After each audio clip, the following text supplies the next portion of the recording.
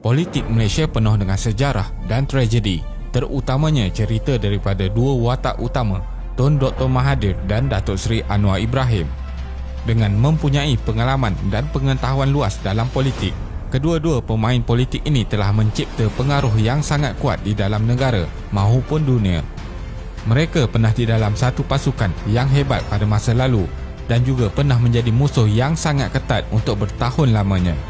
Rusuhan, kejam, mahazalim adalah antara perkataan yang sering diungkapkan oleh para penyokong masing-masing. Jadi, apa yang sebenarnya berlaku terhadap dua pemimpin ini sehinggakan boleh menggoncang suasana politik tanah air? Teruskan menonton.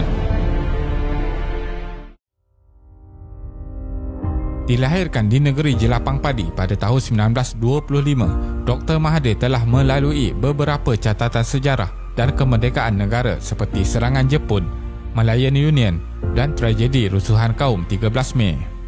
Pada tahun 1976, Dr. Mahathir telah dilantik sebagai Timbalan Perdana Menteri dan seterusnya pada tahun 1981 setelah Tun Hussein Onn meletak jawatan sebagai Perdana Menteri. Dr. Mahathir menjadi Presiden UMNO dan Perdana Menteri keempat Malaysia. Datuk Seri Anwar merupakan anak kelahiran Pulau Pinang.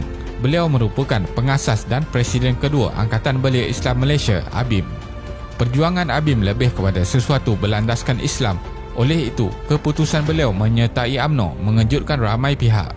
Ramai yang menyangka beliau akan menyertai Parti PAS. Namun pada tahun ini, Datuk Seri Anwar mula menyertai parti pimpinan Mahathir, iaitu Pertubuhan Kebangsaan Melayu Bersatu (UMNO) sejurus selepas Dr. Mahathir dilantik sebagai Perdana Menteri buat kali pertamanya. Di dalam pentadbiran kerajaan, Datuk Seri Anwar telah memegang beberapa portfolio kementerian seperti Menteri Kebudayaan, Belia dan Sukan dan Kementerian Pertanian. Permulaan krisis. Setelah dilantik sebagai Timbalan Perdana Menteri pada tahun 1993, ia menyaksikan Anwar Ibrahim dilihat dalam perancangan untuk menggantikan Dr. Mahathir. Kedua-dua individu ini telah memimpin negara dengan sangat baik pada masa tersebut dalam mengukuhkan pembangunan, ekonomi, perdagangan maupun perpaduan. Namun begitu, segala-galanya berubah pada tahun 1998 selepas berlaku perselisihan antara kedua-dua tokoh 98 Seleb Kewangan Asia. Datuk Seri Anwar yang merupakan Menteri Kewangan pada waktu itu mempunyai pandangan berbeza dengan Tun Dr. Mahathir dalam menangani krisis kewangan. Seterusnya, berlakulah pemecatan Anwar Ibrahim sebagai Timbalan Perdana Menteri Malaysia. Rentetan daripada itu, Datuk Seri Anwar yang masih mendapat sokongan sebahagian besar masyarakat pada masa itu telah menyebabkan berlakunya gerakan reformasi dan tertubuhnya Parti Keadilan Rakyat (PKR). Menjelang pada tahun 1999, Datuk Seri Anwar dipenjarakan selepas disabit atas kesalahan rasuah dan liwat. Tetapi beberapa pihak beranggapan ini adalah tuduhan bermotifkan politik. Gerakan reformasi yang dimulakan Anwar sebelum dipenjara mendapat sokongan besar daripada rakyat berkembang luas selepas itu. Gerakan ini dilihat bertujuan untuk membebaskan Anwar Ibrahim daripada tuduhan tersebut.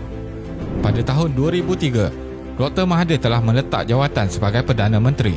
Selepas sekitar 6 tahun di penjara, Anwar Ibrahim telah dibebaskan pada tahun 2004. Namun, sekali lagi, beliau menghadapi tuduhan liwat seterusnya yang disifatkan sebagai helah untuk menyingkirkannya daripada kedudukan sebagai Ketua Pembangkang ketika itu. Pada masa tersebut, Anwar Ibrahim dilihat sebagai pesaing hebat kepada anak didik Dr. Mahathir, iaitu Datuk Seri Najib Razak. Pada tahun 2015, di bawah pemerintahan Datuk Seri Najib, Anwar dipenjarakan di atas tuduhan liwat untuk kali kedua. Antara tahun 2016 dan 2017, Dr. Mahathir mengumumkan keluar daripada UMNO selepas mendesak Datuk Seri Najib meletakkan jawatan berikutan skandal rasuah yang dihadapinya. Dr. Mahathir kemudian membentuk parti baru Bersatu sebelum menyertai Pakatan Harapan bersama-sama Anwar Ibrahim dalam menghadapi pilihan raya umum ke-14. Dr. Mahathir juga berjanji untuk mendapatkan pengampunan diraja untuk Anwar Ibrahim dan menyerahkan tampuk kepimpinan kepadanya sekiranya pakatan berkenaan berjaya menyingkirkan Najib dan menjatuhkan UMNO.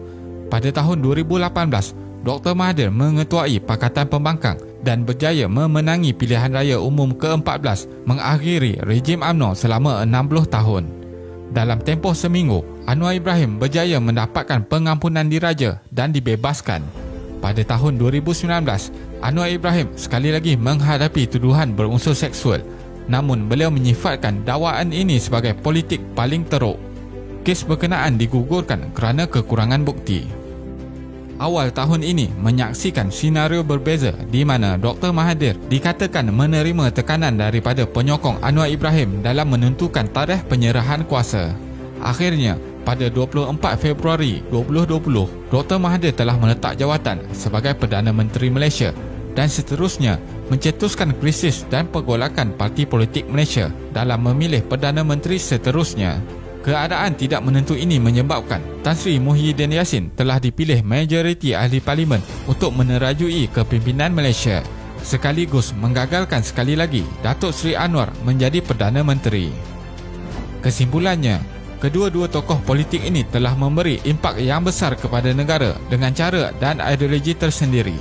Tetapi Dr. Mahathir dilihat lebih menang dalam pertembungan ini dengan menjadi pemimpin nombor satu negara sebanyak 2 kali. Manakala Datuk Seri Anwar masih lagi berjuang dalam perjuangannya. Daripada sahabat kepada musuh dan kembali berbaik, sejarah politik negara tidak pernah lekang oleh dua individu ini. Terima kasih kerana menonton dan jangan lupa subscribe. Jumpa lagi.